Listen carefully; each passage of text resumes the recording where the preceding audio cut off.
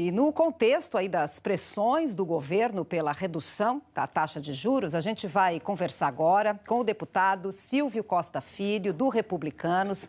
Ele foi relator do projeto, há 2 anos, que garantiu a autonomia lá do Banco Central, do BC. Muito bom dia, deputado. Muito obrigada por estar aqui conosco, por esse esforço aí da conexão para, Marina, nos ajudar a entender como é que vai rolar daqui para frente, questão da expectativa de taxa de juros e da reforma tributária, que a gente acabou de acompanhar essa aula aí com o ex-ministro da Fazenda. Muito bem-vindo, bom dia.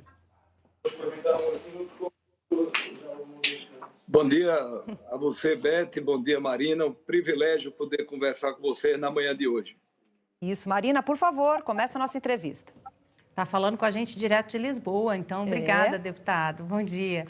Eu queria saber o que o senhor acha dessa pressão toda do governo em cima da taxa de juros, em cima especificamente do presidente do Banco Central. Tem uma convocação transformada em convite para que ele vá se explicar à Comissão de Assuntos Econômicos. Olha, é natural que nesse momento o governo federal possa fazer a pressão legítima e até pedagógica que vem fazendo em cima do presidente do Banco Central, doutor Roberto Campos.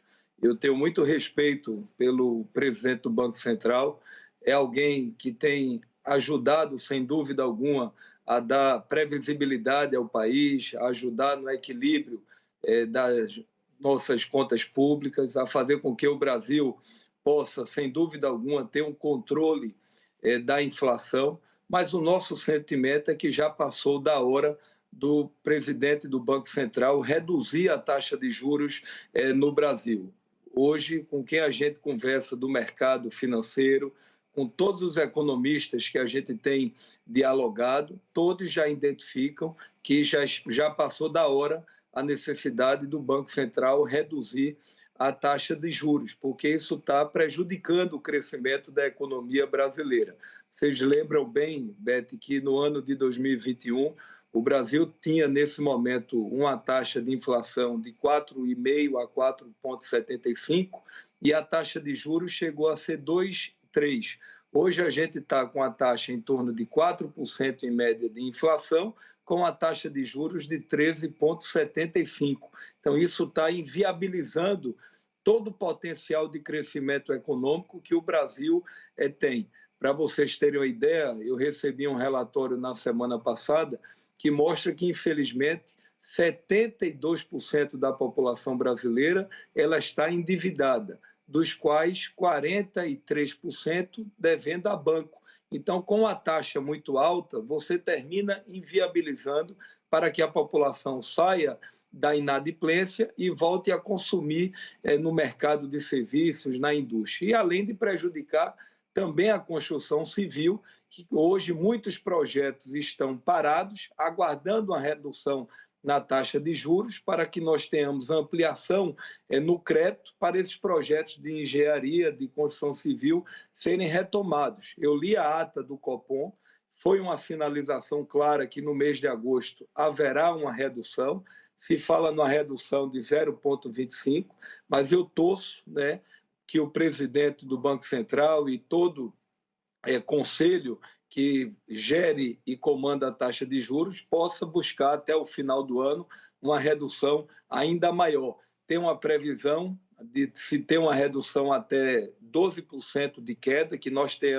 terminemos o ano com 12% de taxa de juros, mas é importante que a gente possa reduzir ainda mais, naturalmente controlando a inflação, mas fazendo com que o Brasil possa ter uma melhor taxa de juros para a gente poder voltar a crescer e o Brasil gerar emprego e renda. Eu estou, Beth, muito confiante na economia brasileira.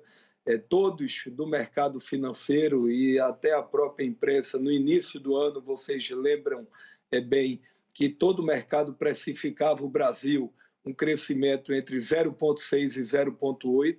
Hoje a gente já tem uma expectativa do Brasil crescer entre 2,3% e 2,5% do PIB. E olhe que a gente está no primeiro semestre ainda do ano. A reforma tributária ela será aprovada agora na primeira, segunda semana de julho. o ajuste fiscal foi fundamental para o Brasil, né, que a gente deve votar na próxima semana na Câmara Fiscal, regime fiscal que preza pelo equilíbrio das contas públicas, e eu percebo no ministro Haddad hoje a capacidade de dialogar com o Congresso, ele tem primado pelo equilíbrio das contas públicas, isso tem dado a todo o mercado financeiro e a toda a sociedade previsibilidade. Eu estou muito confiante, né, que a economia brasileira, nesses próximos 2, 3 anos, vai rodar bem e o Brasil vai voltar a gerar emprego, se desenvolver, trazendo investimentos nacionais e internacionais para que o Brasil volte a ter outro padrão de crescimento e de desenvolvimento, gerando oportunidades para a população brasileira. É isso, deputado. Até no mercado internacional também, né, com a recolocação do Brasil, né, feita pela Agência de Classificação de Risco, a Standard & Poor's, melhorando a nossa qualidade, né, reclassificando esse nosso risco de investimento. Agora, já que o senhor falou bastante sobre juros, queria falar um pouquinho sobre inflação, porque a gente sabe que o Conselho Monetário se reúne hoje, né, hoje à tarde, ministro Haddad, Simone Tebet, o próprio presidente do Banco Central. Qual que é a sua expectativa para essa reunião em relação às metas aí de inflação? Olha, o Brasil tem a perspectiva de ter uma meta de inflação de 3,75. Se nós conseguirmos chegar ao final do ano com a inflação de 4 a 4,5, sem dúvida alguma será uma vitória para o Brasil. É importante, Marina, você que também acompanha diariamente a cena política no Congresso Nacional, nós tivemos uma transição muito tensa no Brasil, tivemos aquele problema do dia 8 de janeiro, né, que vai ficar marcado na história do Brasil, todos aqueles atos antidemocráticos, né, que prejudicaram a imagem do Brasil perante ao mercado internacional, início de governo, eleição para presidente da Câmara, do Senado, e apesar de tudo isso, a gente chega ao final do primeiro semestre com boas perspectivas para o Brasil. Primeiro, o presidente Lula ele está tendo a capacidade de dialogar com o Congresso e também com o mercado internacional e com o setor produtivo. Isso é fundamental para dar previsibilidade ao Brasil. Tanto é que os juros futuros no país começam a reduzir e todo o mercado internacional, né, os próprios indicadores apontam para isso, já começam a observar o Brasil como uma janela de oportunidades. Eu falava com o presidente do Banco Central, Roberto Campos, o mundo tem quase 3 trilhões de dólares à procura de investimentos.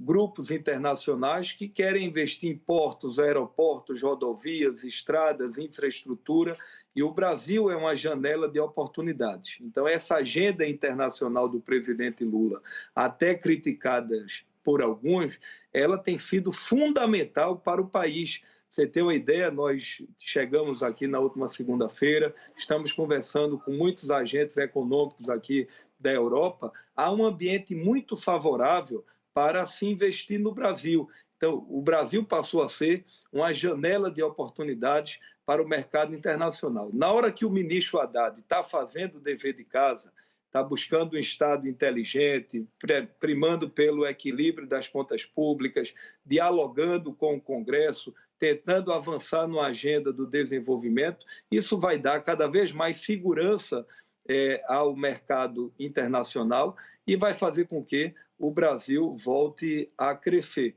Nós avançamos esse ano no Minha Casa Minha Vida, que vai ajudar no crescimento econômico. Votamos o Bolsa Família, com orçamento já desenhado. Isso dá paz social ao Brasil, estimula o setor de serviços, tanto é que o consumo começou a melhorar no país. Nós vamos votar o CAF, né, para poder recolocar o nosso modelo perante ao modelo internacional. Só com o CAF o Brasil vai arrecadar mais de 50 bilhões de reais, que vai ajudar também na retomada do investimento. Vamos votar a reforma tributária, votamos a âncora fiscal, que é o regime fiscal, que é fundamental para dar previsibilidade ao país. E agora nós conversávamos com o ministro Rui Costa, da Casa Civil. O governo federal, né, vai anunciar em breve um pacote de obras de mais de 300 bilhões de reais. E isso tudo vai fazer com que o Brasil volte a crescer, gerando emprego e renda para a população. O debate é natural, né? As dificuldades, Beto, que você acompanha no dia a dia do Congresso, é salutar da democracia.